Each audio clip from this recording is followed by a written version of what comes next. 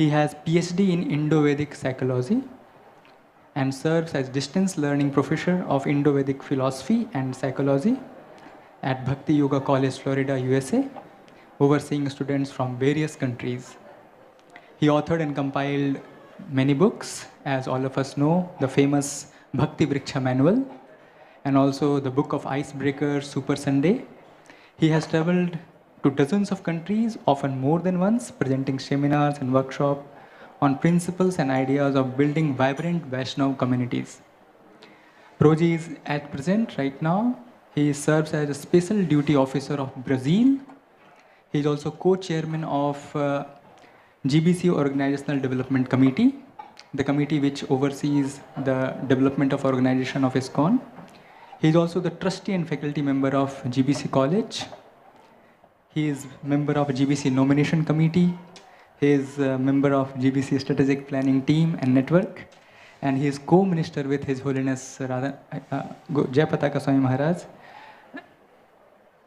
the ISKCON Congregational Development Ministry. So we are very honored to have Prabhuji here. Let's welcome Prabhuji by loudly chanting 3 times. Hari Bol, Hari Bol, Hari Bol.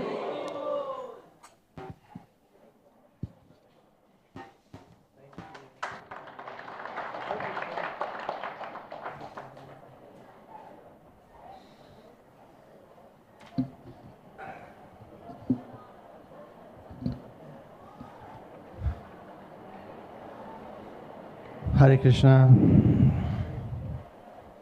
Good morning. How are you doing? Is anybody here for the first time? Anybody visiting temple for first time? First time? First time? Most welcome. Most welcome. So I have a disclaimer for those who come first time, that please do not judge ISKCON by my class today, okay? So generally there are more scholarly, more pure, just more realized devotees. Today you got me. They're just trying to encourage me because I had a very difficult childhood. So in the spirit of devotee care, the devotee is trying to encourage me, okay? But keep coming, okay? So we'll sing a little bit.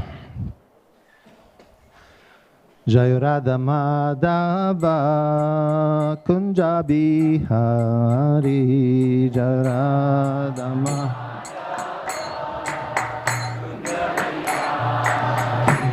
Jai Radha Madhava Kunja Bihari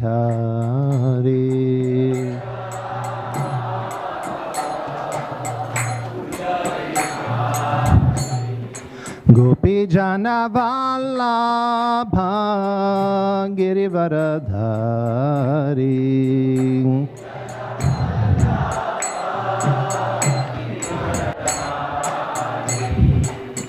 Gopi Jana Vallabha Girivaradhari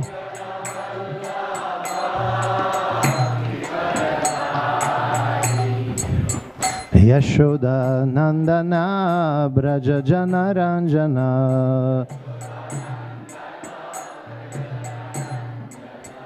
Yashoda Nandana Braja Jana Ranjana Yamuna Tira Vanachari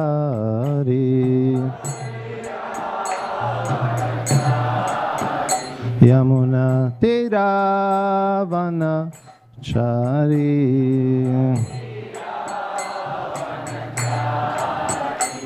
Jayo Radha Madhava Kunja Bihari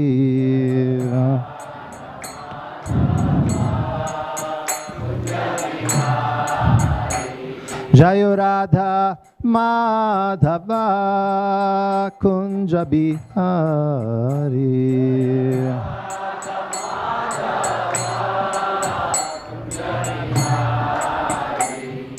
Gopi Gopijana Vallabha Girivaradhari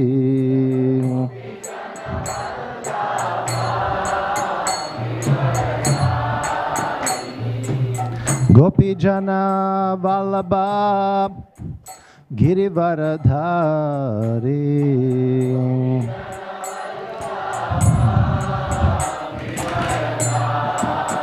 Yashoda Nandana Braja Janaranjana Yashoda Nandana Braja Janaranjana Yamuna Tira Vanacharina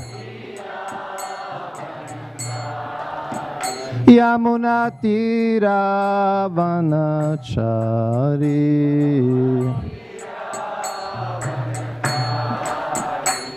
Hare Krishna Hare Krishna Krishna Krishna Hare Hare Hare Rama Rama Rama Hare Hare Little distance amigo, so that we and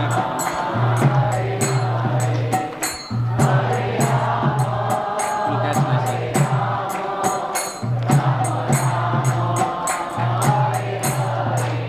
Hare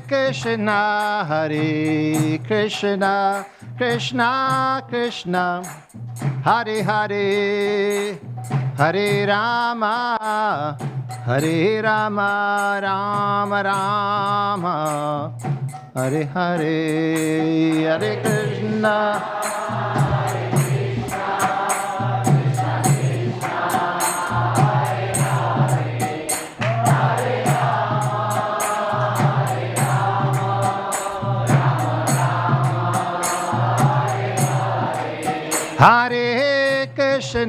Hare Krishna Krishna Krishna Hare Hare Hare Rama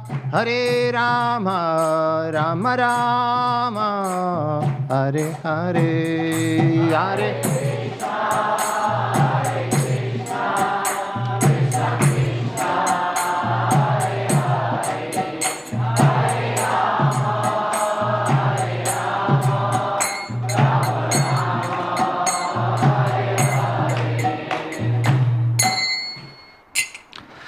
Jai Shri Shri Radha Madhava ki, Shri Shri Radha Gopinath ki Jai.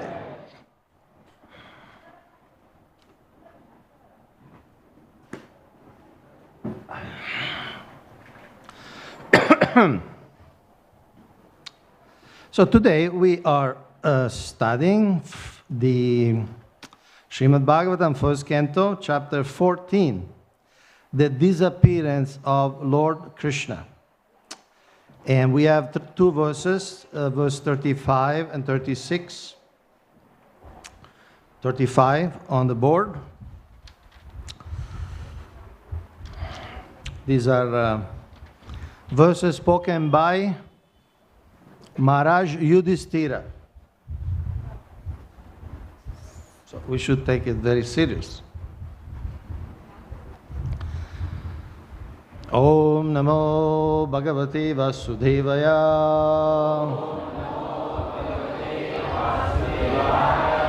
Om Namo Bhagavate Vasudevaya.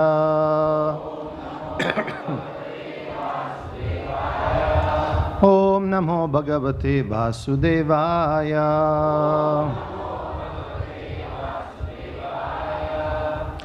Mangalaya cha lokanam Kshemaya cha bhavaya cha Aste yado kulam bodhau Adyo nanta sakhapuman Mangalaya cha lokanam Kshemaya cha bhavaya cha Aste yadu kulam bodhau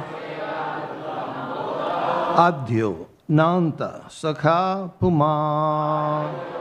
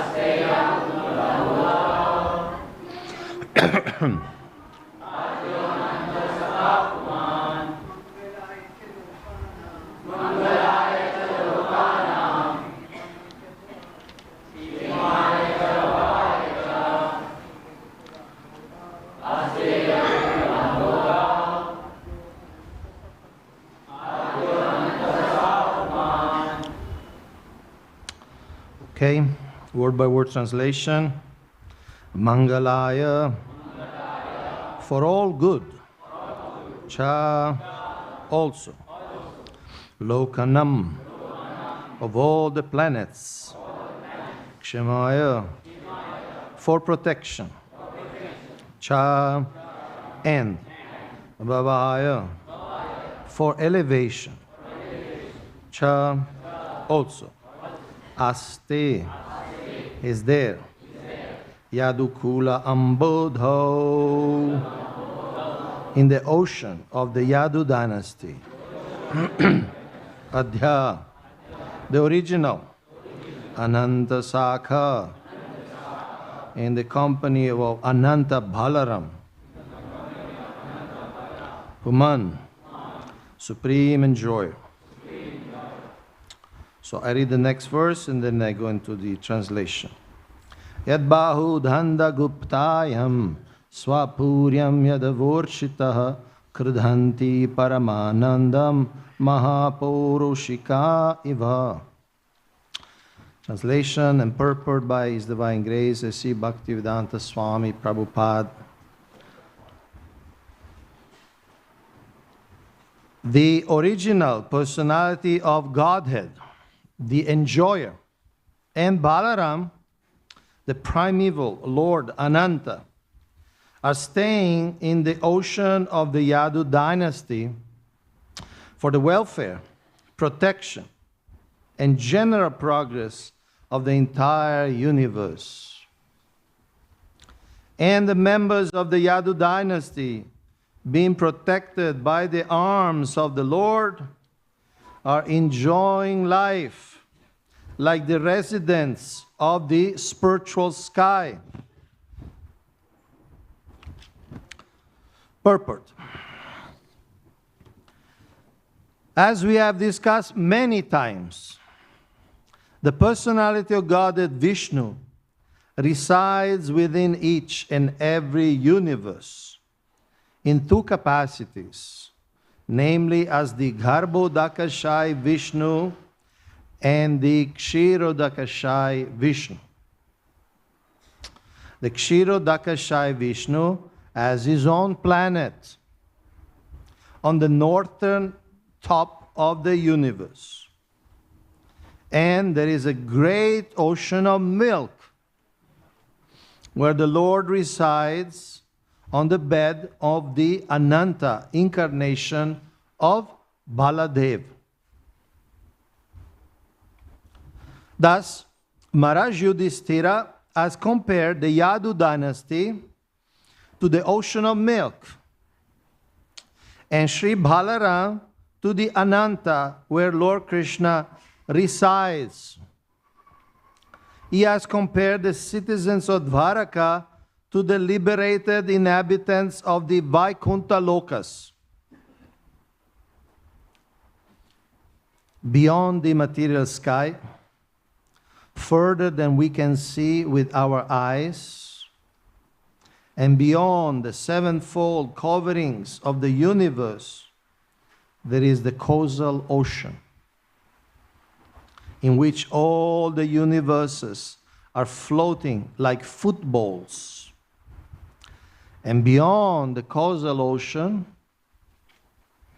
there is an unlimited span of spiritual sky, generally known as the effulgence of Brahman. Within this effulgence, there are innumerable spiritual planets, and they are known as the Vaikuntha planets. Each and every Vaikuntha planet is many, many times bigger than the biggest universe within the material world. And in each of them, there are innumerable inhabitants who look exactly like Lord Vishnu. These inhabitants are known as the Mahapaurushikas, or persons directly engaged in the service of the Lord. They are happy in those planets and are without any kind of misery. And they live perpetually in full youthfulness, enjoying life in full bliss and knowledge, without fear of birth, death, old age, or disease, and without the influence of Kala, eternal time. Maharaj Yudhishthir has compared the inhabitants of Dwaraka to the Mahapaurushikas of Vaikuntha Loka because they are so happy with the Lord. In the Bhagavad Gita, there are many references to the Vaikuntha Lokas, and they are mentioned there as Madhama, or the kingdom of the Lord. Om Gyanati Vrandasya Gnanjana Salakaya Chakshurumrita Mena Tasmai Shri Gurave Namo Namo Shabda Krishna Jagata Swami Namo Shabdani Om Vishwabadaya Krishna Vestai Budale Shrimad Bhakti Vedanta Swami Niti Namine Namaste Saraswati Devi Gauravani Pacharine Nirvishesha Shunyavadi Paschatya Deshatarine Panchakalpatarubhascha Kripa Sindhuvacha Patitana Pavanebhyo Vaishnavibhyo Namo Namaha. So the disappearance of Lord Krishna, this is one of the heaviest chapters in the whole Bhagavatam. There are more than 300 chapters in the Bhagavatam, and this is one of the most tragic. The feelings here are very, very heavy. Now, we need to give a little framing. Sometimes the problem with the framing is that every class, the devotee who sits here give the framing. So we are verse 35. You may have heard the framing of the chapter 34 times. But we have new guests, so we need to give some framing, okay? So here, Maharaj Yudhishthira is in Hastinapur, he is the emperor. This is many years after the battle of Kurukshetra. And he's talking with Bhimasena. You all know because you all watch Mahabharata serial, right? So, and there is also the book. You know, there is also a book called Mahabharata.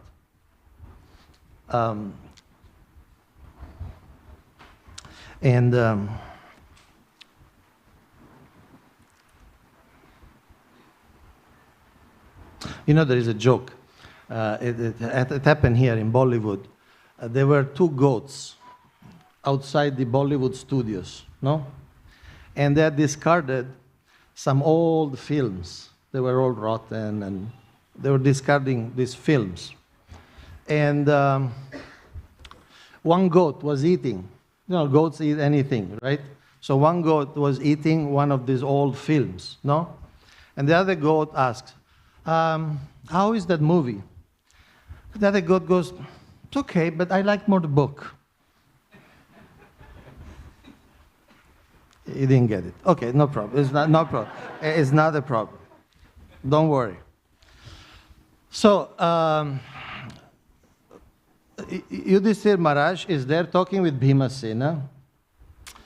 And what happened is that Arjuna had gone to Dwaraka. You all know where is Dwaraka, right? So, and there was several months passed, and he was not back. And so Yudhishthira Maharaj started seeing very, very negative, very terrible, fearful omens. Now, there's these old signs of omen. If you see an elephant, it's very good. If you need somebody with a bucket of water, it's good. But if it's empty bucket, it's not good, right? You know, there is the old tradition. And these omens were very, very, very heavy. And Yudhishthira Maharaj was seeing several verses. He is talking with Bhimasena, saying, oh, this happened, this happened. The jackals, they cried, and there are so many meteorological phenomena, all negative. And he understands that what must have happened probably is because Lord Krishna finally left this world. And for a devotee like Yudhishthira, for devotees like Pandavas, there's nothing more piercing, there's nothing more fearful, there's nothing more painful. They are warriors. If they get cut, they get an arrow, they get, Bhimasena fought so many days with Duryodhana, so many hits on the body of these clubs. That's nothing in comparison to the pain of thinking Krishna is not anymore in this planet. But at that time, he was not confirmed. So then at one point, Arjuna comes back. And Yudhishthira Maharaj sees that Arjuna is completely disheveled, very pale. He didn't use Fair and Lovely. It was just pale because, in fact, in the West, when you're pale, they think you are unhealthy. You know that? Here in India, you have a different conception of what's beauty. You think that less melanin means more beauty. In the West, it's the opposite. More melanin, more beauty. Anyway, that's a different issue. Let's stay on this, please. Don't distract me with these things. So, Arjuna comes and is very pale, very depressed. Arjuna is a very exuberant personality. But he is very down. And Yudhishthira Maharaj start asking questions, what happened? And it's very revealing. This chapter is very revealing culturally because Yudhishthira Maharaj asks questions that reveal Vedic knowledge and the values of Kshatriyas. In other words, what happened to you? Maybe there was some people you had to protect and couldn't protect, which is a major source of agony for a Kshatriya. So all question. This happened, that happened, this happened, that happened. And only, I'll give you a little sneak preview, only on the last verse of the chapter, Yudhishthira Maharaj finally says, it must be because Krishna left. So this chapter is very dark, is very intense. And at the same time, this particular verse is like a breath of fresh air. Because here still Yudhishthira Maharaj is not going to the point, Krishna left or not, but he is talking about the yadus. Yadus are all special personalities. They're not normal human beings. You don't become a yadu just by going to IIT or something like that. You have to have millions of lifetimes of punya, of pious activities. And some yadus actually come from the spiritual world directly. So Yudhishthira Maharaj is telling Bhimasena, these yadus are like the inhabitants of the spiritual world. And Srila Prabhupada elaborates, what are these inhabitants of the spiritual world? First of all, he gives us a geographical outline. There is the universe. Then there are 7 coverings of the universe. You know that, right? 7 coverings of the universe. And each covering is 10 times bigger, larger than the previous one. There is a universe, then there is a cover as thick as the universe. The second cover is 10 times as thick. The third cover is 10 times as the second one. The fourth one is 10 times as the third one, and so on. So practically, once I calculated, I forgot, if the universe diameter is 1 centimeter, somebody is good with mathematics, any mathematical, once I calculated, I don't have the notes. If the universe is 1 centimeter, the coverings of the universe is few kilometers.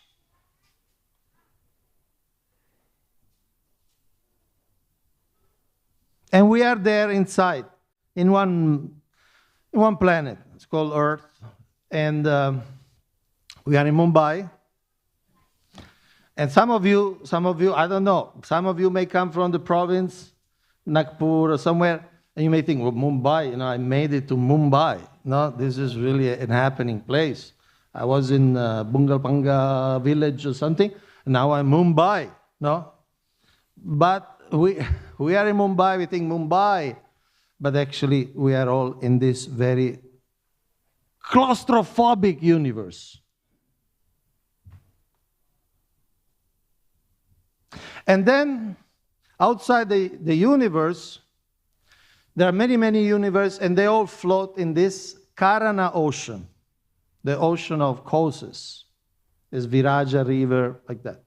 And beyond this river, there is the unlimited spiritual sky, Brahman, the personal Brahman. Just like beautiful light, all-pervading light. And it's very pleasant. Sometimes when there is a lot of light, it's very hot, right? You go for shelter. You go for a shady place. But this is very pleasant light, and it's spiritual light. And in this light, there are many, many, many, innumerable Vaikuntha planets. And actually, Srila Prabhupada had captured this scene, this description in the cover of the book. You see what we are discussing? Like that. And this is the material world.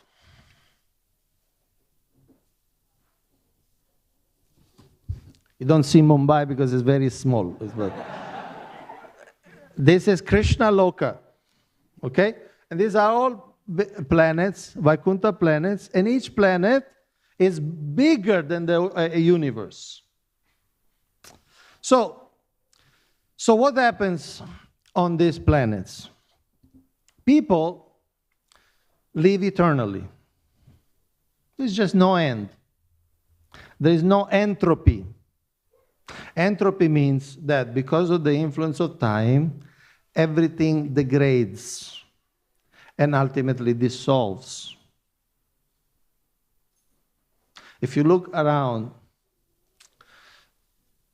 the room, the people, the architecture, the decorations.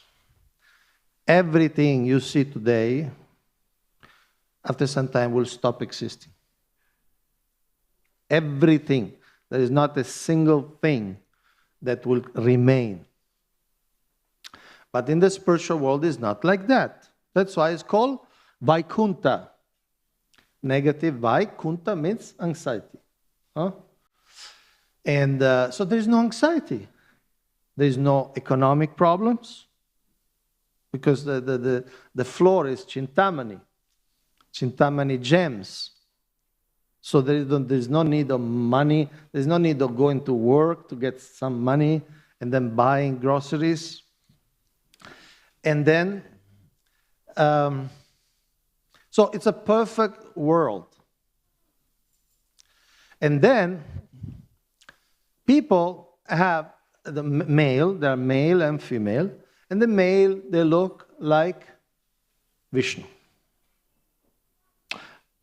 A little difference, like Vishnu has got this Srivatsa mark, you know, this tuft of white hair. But white, not because of old age, you follow, don't old white, no. It's a spiritual, transcendental, eternal white hair. Women, they all look like Lakshmi Devi, goddess of fortune. Lakshmi is Asha Sata Sambrama Sivyamana. So these are the normal inhabitants. And they are all very happy. They are full of love. There is Narayana. And they meditate on Narayana. They serve Narayana. Srila Prabhupada explained how they're always cleaning. Although there is no dust. Because there is no dust. But still they clean.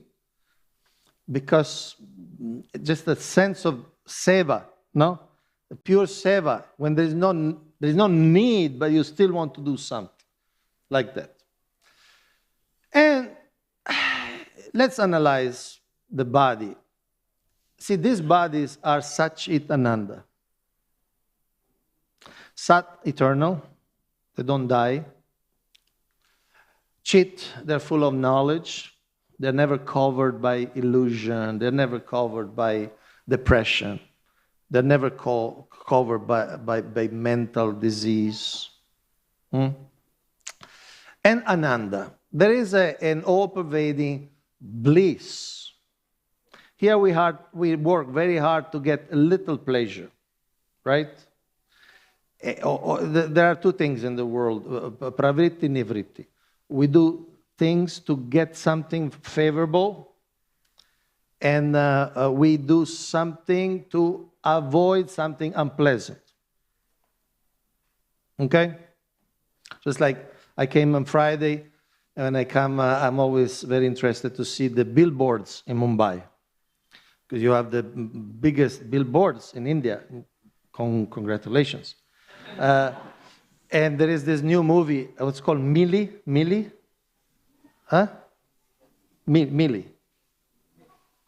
I don't know who is Millie, I don't know. But there is one girl, and there is you start, she is normal, like that, and it's kind of photographed 5 times. And then on this 5th time, she's all full of eyes. You've seen it, no? No, you don't see, you're only, you know, don't see anything. Okay. And then she's completely frozen of eyes. And they see also there is this degrees. So she's under like 60 degrees under 0, which is very cold. Why I'm talking about this? Because this doesn't happen in Vaikuntha. You never freeze to death in Vaikuntha. So I don't know about the movie. I don't know what's the story. I'm not recommending the movie. I'm not paid to promote the movie. I'm not saying you should see the movie, but I got this. Like nivritti, you are frozen or freezing, and you want to defroze. You want to defreeze. Or, so that's like nivritti. And then pravritti, you want something. And as usual, outside the airport, there is a big billboard with the latest iPhone 14. And last time, it's a few years I don't come to Mumbai. Last time was iPhone 10. Right? Then I go for a few years, I come back, now it's iPhone 14. But it's the same thing. I don't know if you heard that even the daughter of Steve Jobs criticized this iPhone 14. She said, it's just the same thing as 13. It's just the same thing. So I was looking at this billboard, and I was thinking, this punas punat sharvita charvananam. No, chewing the chew.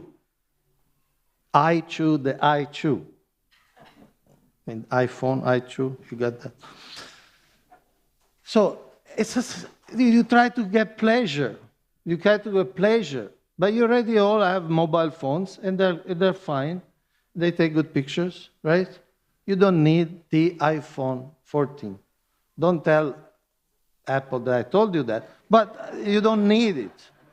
If you are at the 13, if you have even if you have 8, which I know for many of you it's a major humiliation.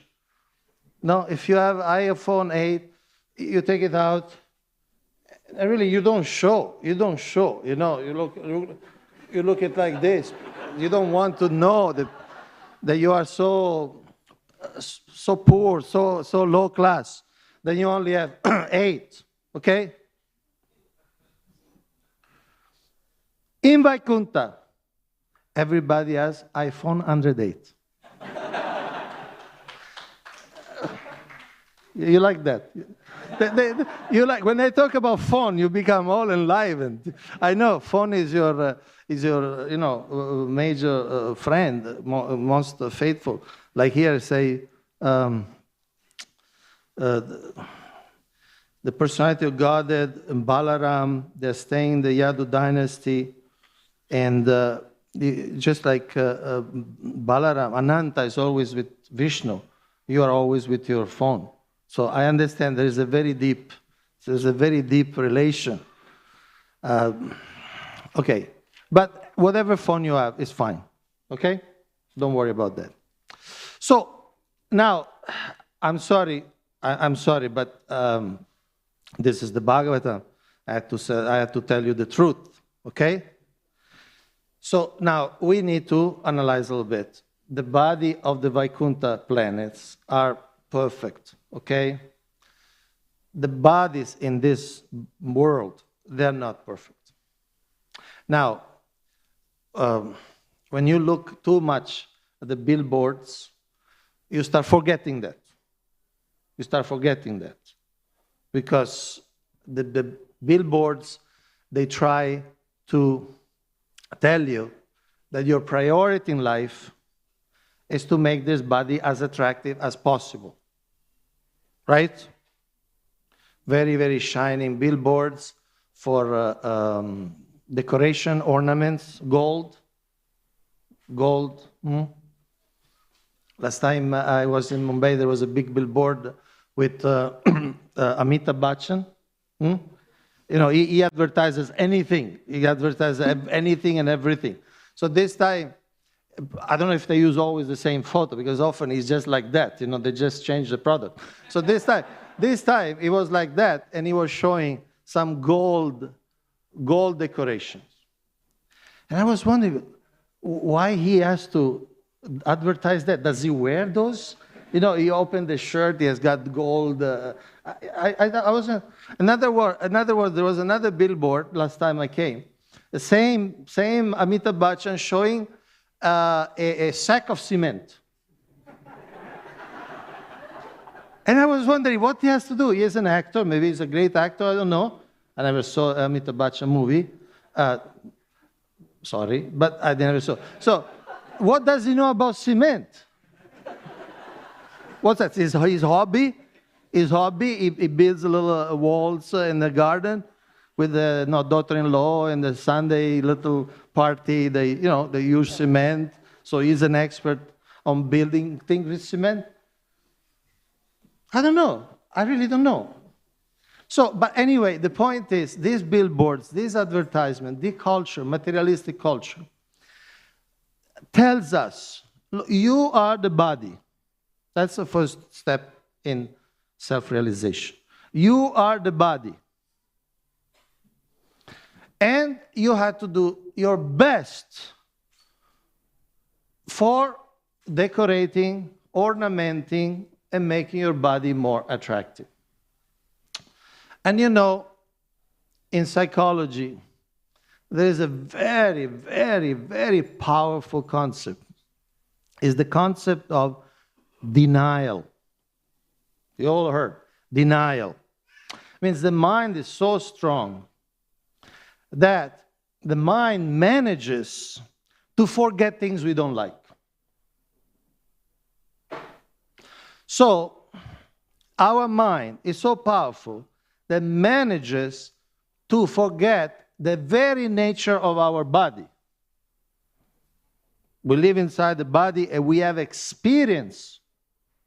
But the mind is so strong that creates a sense of denial, that our body are beautiful, that our body are attractive. But if you analyze the body, it's pretty disgusting.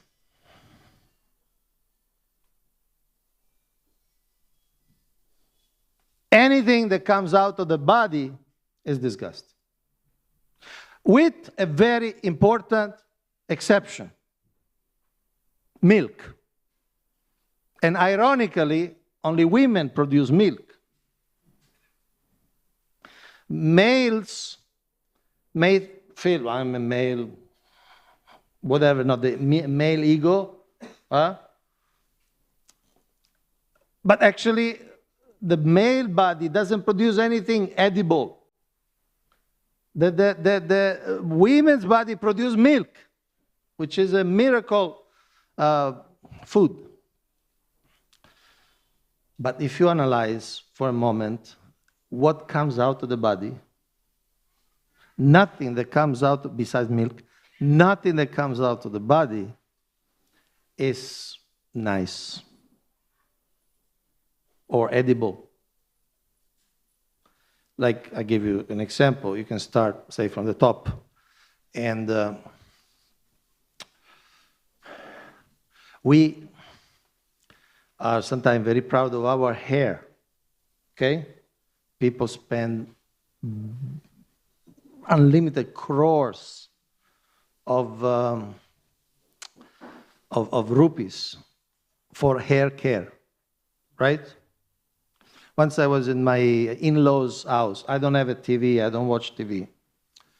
And, I was in the in-law house. There is the TV always on, so I watch. So every 10 minutes, there is some shampoo, a commercial. Every 10 minutes, every 15 minutes. You're watching something, no, there's shampoo. And there are these girls, they come with this hair that moves around like, okay, and you don't have those hair. And you feel, I will also like hairs that go, and you don't have those hairs. I don't even know if they're real. Or they cut some tail of a horse, they put it on the head. I don't know how they manage. But, so you feel, I don't have that hair. My hair is not that black. My hair is not so, like kind of floats in the air. It floats, doesn't stay down. It's like, it's a hair which is beyond the laws of gravity. And then you go for this shampoo. But actually, one devotee once said something. I don't know if it's scientific, but he said there was a devotee. Actually, it was a devotee who, the first time he came to the temple, this is in Finland. He came to the temple. He was very attached to his hair. He's a male devotee. Very attached to his hair, blonde, long. And one devotee told him, your hair is just crystallized excrement. He was shocked because he had been cultivating this idea, my hair is so beautiful, so blonde. He was really identified. But actually, whatever comes out of the body, if you see cut hair, you feel it's dirty, right? See the magician, Maya magician. If you see hair on your floor, you sweep it out, right? But when it's on the head, it's great. How does it work? If it's on the floor, you just sweep it out. No, if your mother sees some hair on your room, they say, what is this hair? It's so dirty. But if that same hair is on the head, you think it's great. You see, then you come down, eyes. You see, when you get up in the morning, there's all these crusts, very unpleasant. Nobody eats them. Nobody goes down, pretty good. No? And then you go to the nose. You're already laughing. Whatever comes out of the nose, and there are different colors. Sometimes it's a fact. It's a fact. Sorry, I need to tell. See, if I'm sitting here, I have to tell you the truth. If I get down, I can tell you a little white lies or things. Oh, you look very nice. I can tell you. Here I cannot. It's like a special dimension. Okay. So, nose. There are different types of nuts. Some very crispy, some very hard, and some very liquid. Some days you can't stop. That just goes on and on and on. And nobody eats it, because it's disgusting. It's rejection. And then the ears, there is this thing for cleaning the ear. Nobody, The buds, they're better the metal ones, not like they scoop things out. And sometimes you go inside and things come. Nobody goes, pretty good, I like the black more, but this yellow is not bad at all. Okay. This guest must be shocked. Hare Krishna. So just mouth. Whatever comes out of the mouth. What comes out of the mouth? Cough. Okay. Then saliva. Now this drooling. You see this drooling, disgust. Sometimes vomit. And like that. I won't go below the belt, okay? Because there are children. I don't want to shock them. I don't want to traumatize them. But I don't want to go. If you have in your free time, you can analyze, you can visualize. I won't go there, okay? Also because after there is breakfast, I don't want to disturb your system. But even if you look at the whole skin, everything comes out. It's bad. It's sweat. And then there is dust, and the dust gets stuck to the sweat. But we are very proud of our bodies. And because of Maya magic, the mystic power of Maya, we are very attracted to others' bodies. And so we are in this pit of misery of the material world with these very, very unpleasant bodies, but we think we're fine. How are you? Fine. How can you be fine if you're in that body? How can you be fine? You cannot be fine. And I'm just talking about the hygienic aspect, the external aspect. What about the pain? There is physical pain. We all have experience physical pain. I don't have to list the physical pains, but they're sometimes very severe.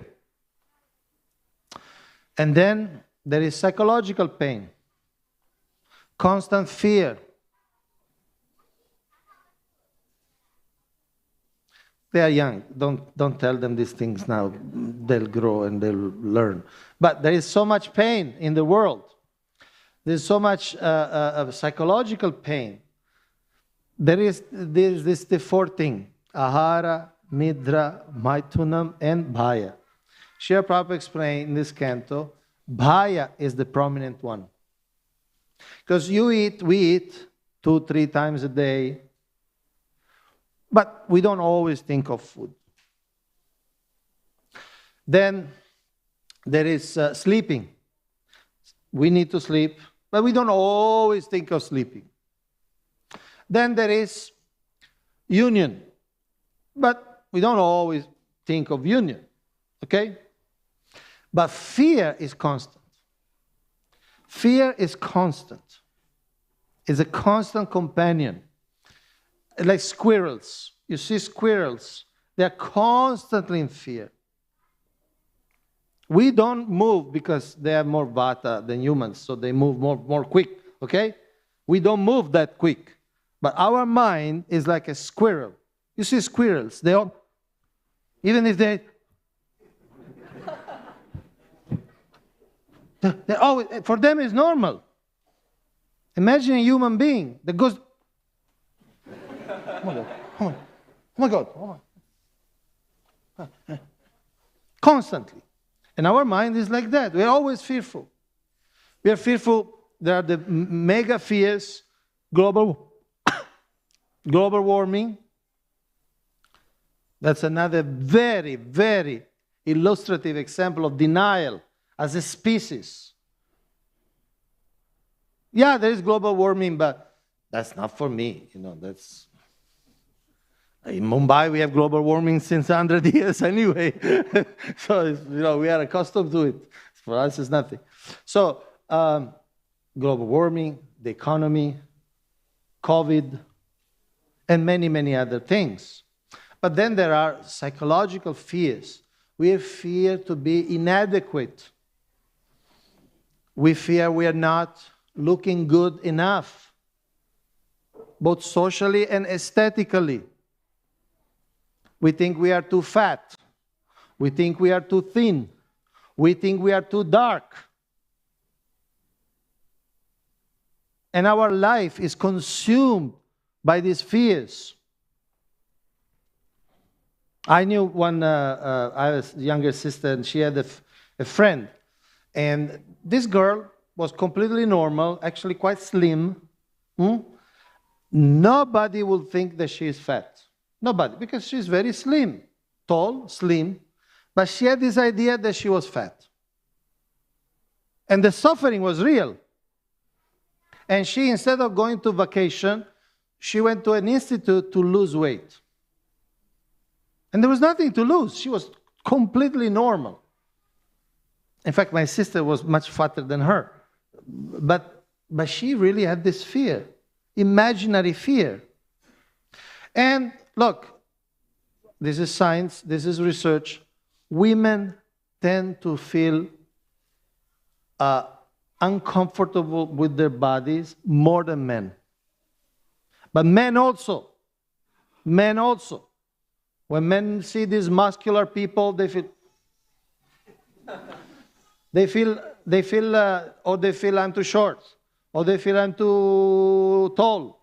There's always something. Or they feel I'm too old. So we are very uncomfortable in this body. And after all this fear, after all this pain, after all this mucus coming out from everywhere, the body dies. Because this universe is designed to kill us. It's perfectly calibrated to kill everyone. Imagine a huge mechanism, a huge machine, like they do for, they produce meat, right? So they put the meat and it goes through, get crushed and get into, they make sausage, right? So they put the meat and it grinds So this universe is like a huge grinder, and we are inside. And it's designed to grind us into dust. So we are very fortunate that we have this knowledge that can reorient us to our real home, our real eternal home of happiness. Thank you very much.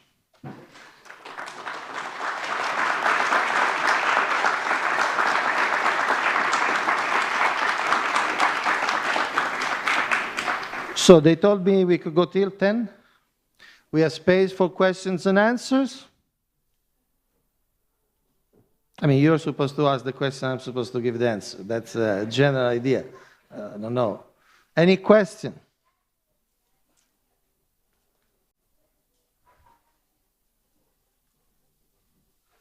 Fear. They say fear.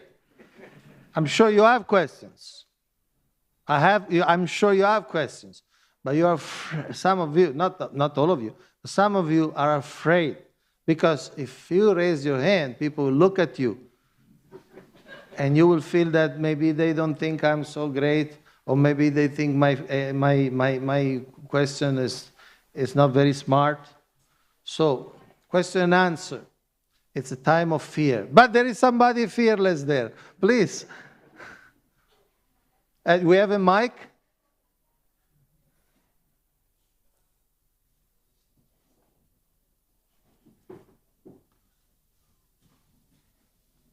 Hare Krishna.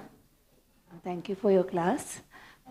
You mentioned that in Vaikuntha, there are Vishnu Dutas who have bodies like Vishnu, and you mentioned that there are Lakshmis. The female gets Lakshmi, that Lakshmi body, but we say that the soul has no sex, right? So what determines who gets that body of Vishnu Duta and who gets the other?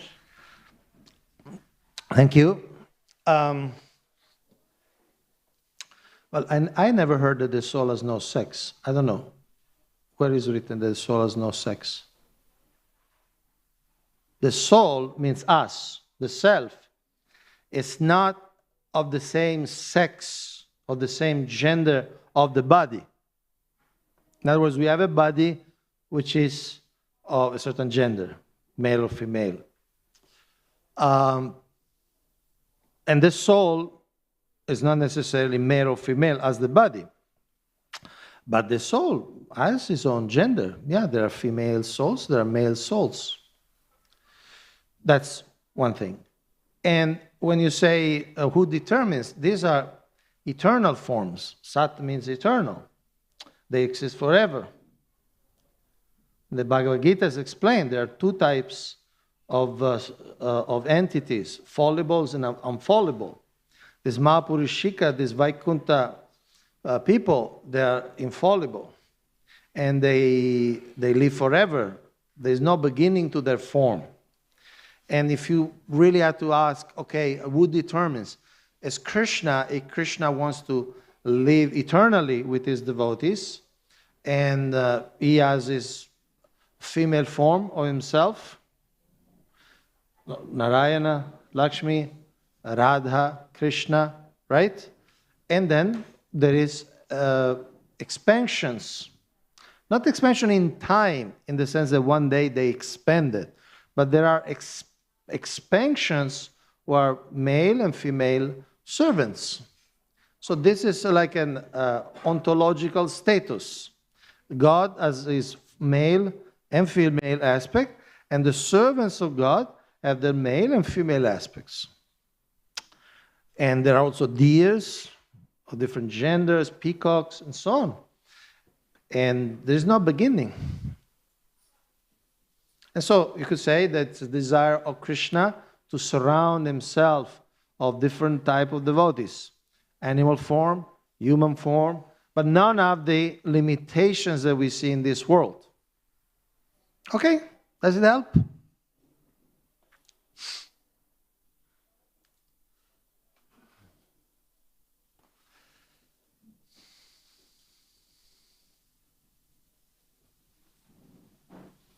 If you had enough, we can close here. Right? We don't have to go till 10. No. Yes?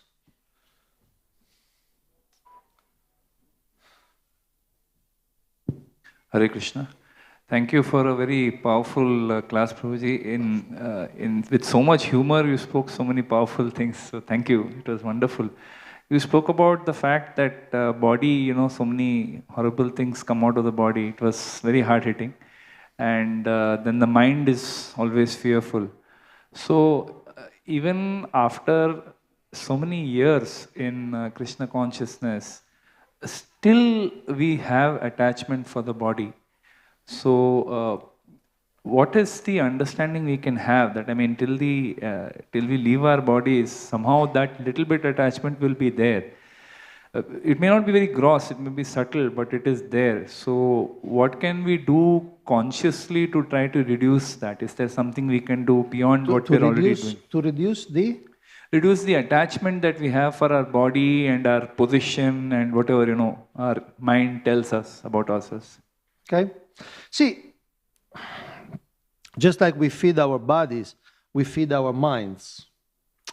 And as I mentioned, if we are connected too much with the material world and the messaging of the material world through the internet, through the TV, through the movies, through the billboards, through the association of people who are materialistic, we feed our mind with body consciousness. We cannot avoid 100% because we live in the world. So something will rub off, okay? But we need to balance that. We need to counteract that by associating with the Srimad Bhagavatam. Because the Srimad Bhagavatam, like today, it tells us there is a spiritual world. There is bodies. We don't have the limitations of our bodies.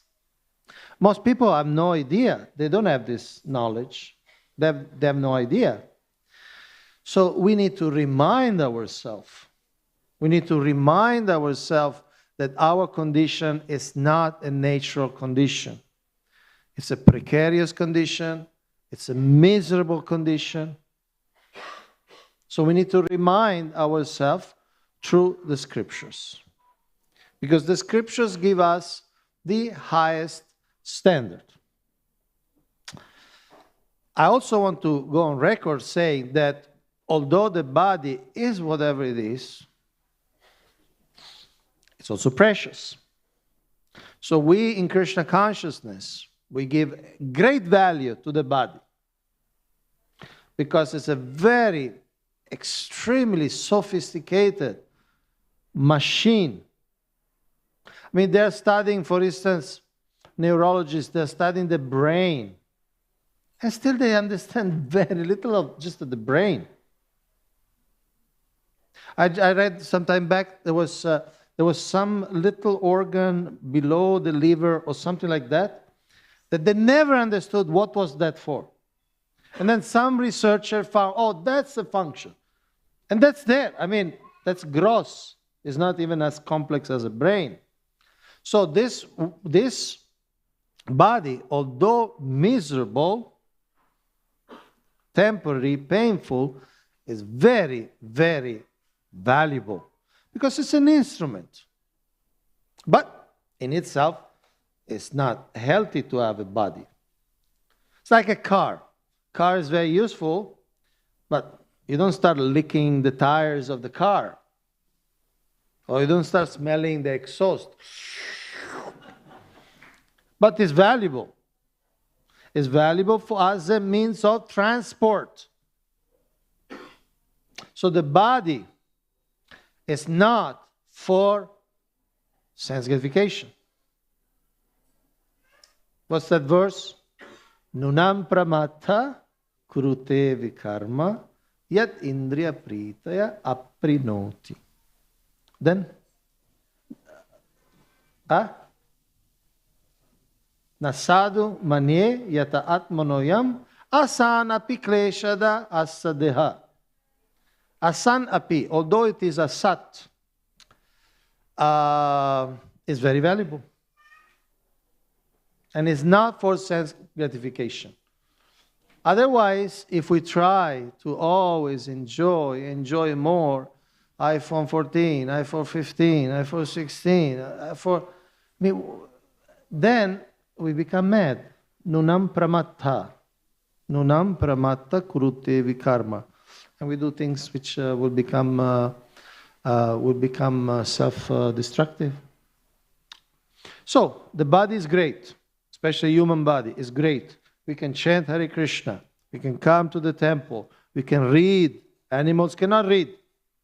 We can read. We can chant. We can sing. We can serve. So the body is precious.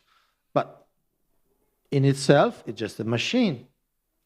So we should not be fetishistic and try to extract more pleasure from the body.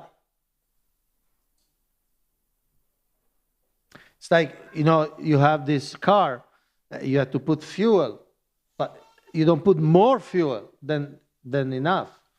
So we need to eat, yes, and we need to eat good food. Something that pacifies our mind. Okay, I ate good food, warm food, okay. And we need some entertainment, when it's cold, we need to be warm. When it's too warm, we need to be refreshed. We need to keep balance. But obviously, it's only an instrument. Okay? So, the answer is we need to be in touch with knowledge. Otherwise, the Maya magic will cover our consciousness. Okay?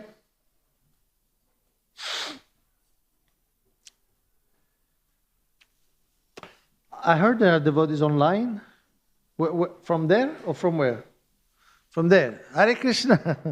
I heard there are 300 devotees. Can they ask questions? No. See, you have not come to the temple, so you're punished. You cannot ask questions. Next time, you come here, okay? Because these people, they went through bus, this, that, the smog. You stayed at home. You cannot ask questions. I'm sorry. Nothing personal, okay?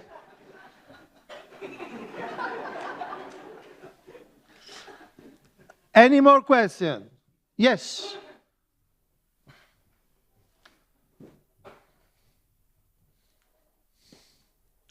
Hare Krishna. Hare Krishna. Hare Krishna. Prabhuji, like we also have same thing, hair and all, but the Supreme Personality also has the hair. Yes. Like he would be attached also, I think. It will be what? He would be attached in those days. Attached in those days. With hair or something. And your question being? Then what is like... What shampoo Krishna used in Dwara? You wanted to know that? No, not like that.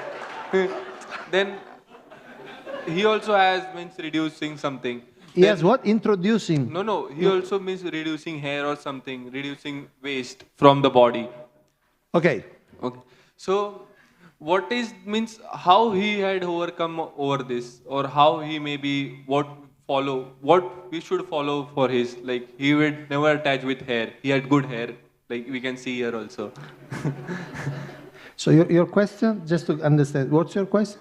Like he also has good hair, but he's not attached with him. He also has good hair. Yes. Ours are maybe a little better, but he also is not bad. Okay, yes. But he doesn't get attached with his hair.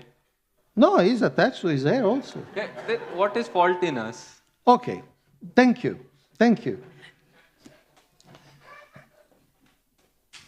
Is your hair a style or just, just came like that? Okay. No, you look a little scruffy today. I don't know. Okay, the difference is this. Krishna's body, Narayana's body, and the body of the associates of Krishna, like here we see Lalita, Vishakha Devi, they are real body. They are Sachitananda. Our bodies are imitation bodies. Imitation bodies. It's like if you have real food and you have food, say painted food or photo food. Hmm? They may look the same. Maybe from a distance, you look, there's a plate of food and there's a photo of a plate of food. They look the same. But the real food is real food and the photo is only a photo. Doesn't have the substance. Okay? So similarly, the body of the Lord and of the eternal devotees of the Lord is beautiful. The hair are beautiful. The hair are beautiful. But our hair is imitation hair. They're not real hair. And our bodies are imitation bodies. It's just like you have a real child and you have a doll. You cannot use the doll as your real child. You cannot send the doll to school. The tendency of very small children is to treat the doll like a person. Right? They talk with the doll, they dress the doll, but then when they grow up, they stop, hopefully. Because the doll is not a real person. So our body is simply a machine that resembles the original form of the Lord. So, yes, Krishna likes his hair, Krishna likes his body, but his body is not like our bodies. It's Satchit Ananda, means it's naturally fragrant. Our bodies are not naturally fragrant. I didn't get into it. We could get into the smells of the body. But the body is pretty smelly. That's why after the shampoo advertisement, there is soap advertisement. And then there is deodorant advertisement. And because we are conditioned, we think it's natural. It's natural. We need deodorants. But why we need deodorants? Because there is bad odor. De-odor. De means removing the odor. But when you study Krishna, his body is fragrant, naturally fragrant. There are so many verses that you smell him. There's a I don't know, but there's written, there's a beautiful smell. Our bodies, if we want to make them less stinky, we have to do so much work. This perfume and that perfume. In the West, perfumes were invented or became prominent in France because people in France, they were not washing themselves. All these nobles like that, because they had very, very elaborate cosmetics and this and that, so they would not wash. And so they will smell very bad. So you heard, French perfumes. No, French perfumes. Why French perfumes? Because they had to cover the bad smell with perfumes. So, this question is very stimulating. We need to understand these bodies are simply an imitation. And that because they're imitation, they are the limitations of the imitations. It's clear. And they are disgusting. So Krishna's body, it's all pleasant. What's that verse? Maduram Maduram Vapurasya Vibhu. His body is Maduram. Okay? And his face is... And it doesn't become old. When you see Krishna in the Bhagavad Gita, he was 100 years old, 100 years old or something like that. And he was looking like 16 years old. One thing Srila Prabhupada said today in the purport is that they're Nava Yovanam, eternally young. Our hair, you may say they are aesthetically attractive, but only for some time. Then you had to then become gray, then become white. Sometimes they fall completely. Our teeth, when we are young, a smile, a teenager smile, very nice. But then, after some time, they start rotting, then one out two out, after some time, all out. So even if there is an impression of beauty, it doesn't last. Nobody can be beautiful. Once Radha Maharaj said that beauty, like a woman can be maximum beautiful for 20 years. I mean, you can stretch it 25. A little cosmetic surgery 30. But you can't always be beautiful. See all these actresses, Bollywood actresses, they have a very short window of beauty. If they're a very good actress, they change the role. Like Amitabh Bachchan. Amitabh Bachchan, before, 30, 40 years ago, it was like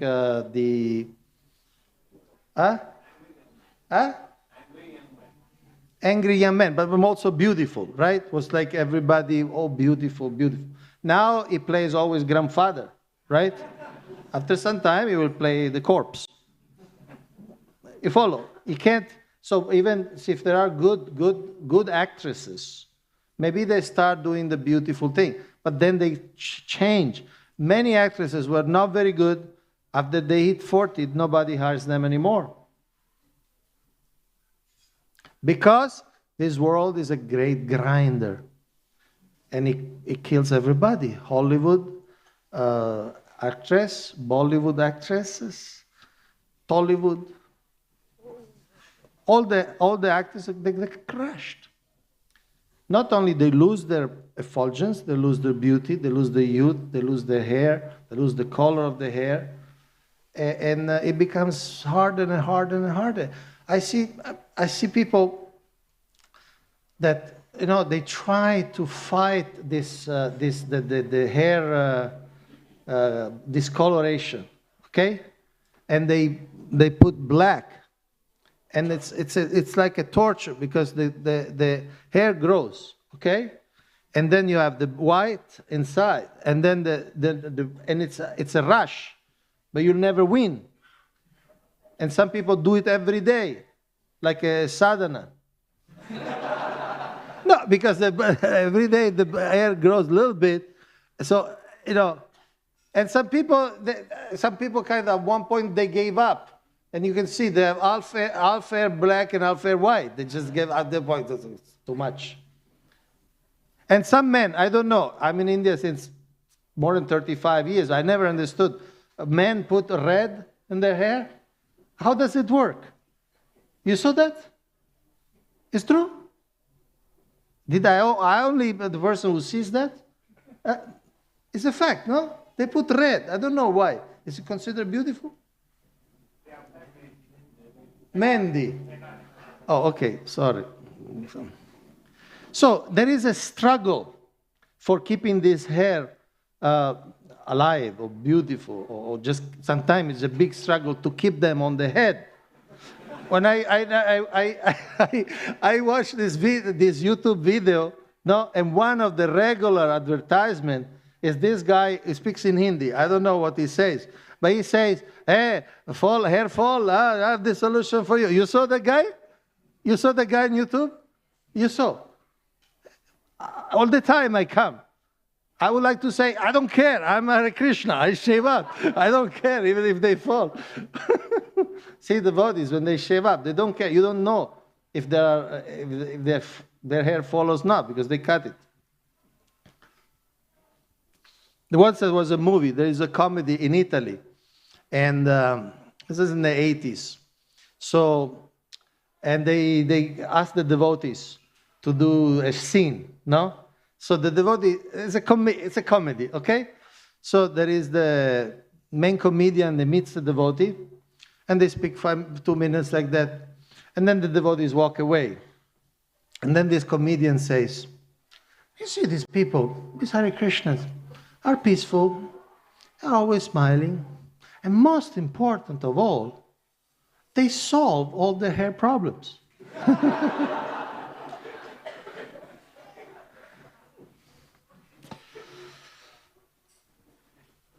Last question? Yes. Well, please, can you wait for the mic? No, please wait for the mic. this will be recorded, so for forever we will see you asking the question. Ask if everybody is fearful. How do you overcome fear? Because I think Yashoda Mata was also fearful for Krishna all the time. Yes. So it started from that you're fearful for Yeah. everything. Yeah. So why is that, and how can we overcome that? Good, thank you. See, just like there are material hair and there's spiritual hair, and they are very different in nature, there is material fear and spiritual fear. So spiritual fear can take different shapes. In the case of Yashoda Devi, she was afraid. Why she ties Krishna? Because she was afraid Krishna is running away, goes to the jungle, like that. But because it's centered on Krishna, that fear is purifying. And it's spiritual. And it's a form, it's hard to understand, but it's a form of ecstasy. Because when the feelings are on Krishna, it's a form of very special bliss. So,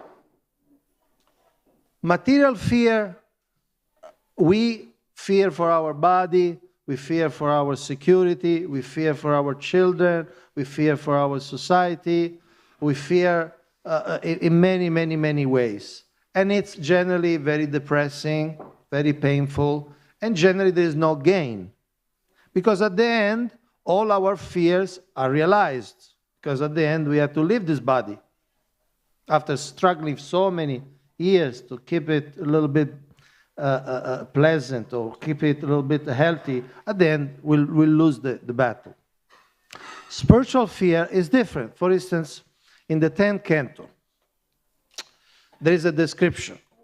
When Devaki was pregnant with Krishna, she was also fearful that Kamsa will kill Krishna. And acharyas have explained that that type of fear is devotional, is spiritual, is perfect. And Srila Prabhupada writes in that purport that we also fear, like Devaki was fearing from Krishna, we fear that in different countries, the people who are against our movement, they may harm the movement. So for us, we should transform our fear. Fear is nature in this world. Nobody can be completely fearless, but we should transform our fear from say, oh, I don't look good anymore, or I don't have the latest iPhone, or this or that, all these fears, we should become fearful. Oh, I'm not using my time in a wise way. I'm wasting my time. I'm not making spiritual advancement. That's a good fear. But, as I said, there is also the transcendental fear of Mother Yashoda. So I invite you to study. You have these books? You have some of these books? Please get them. You study, and all these things will become clear. Because, see, sometimes people think of spiritual life like negation.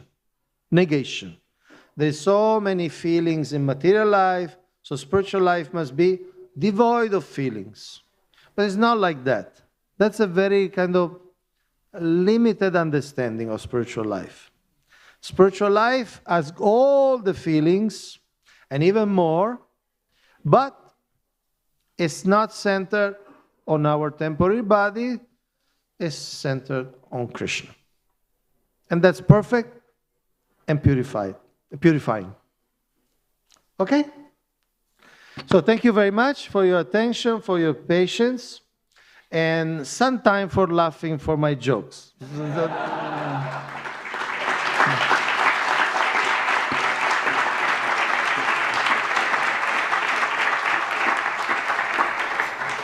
Thank you very much, Prabhuji, for such an enlivening session, enlivening class. Practically each and every one of us. I don't know if it was enlivening or depressing, but... Each and every member, we are very much attached to the each and every word which is coming from your wonderful mouth, Prabhuji.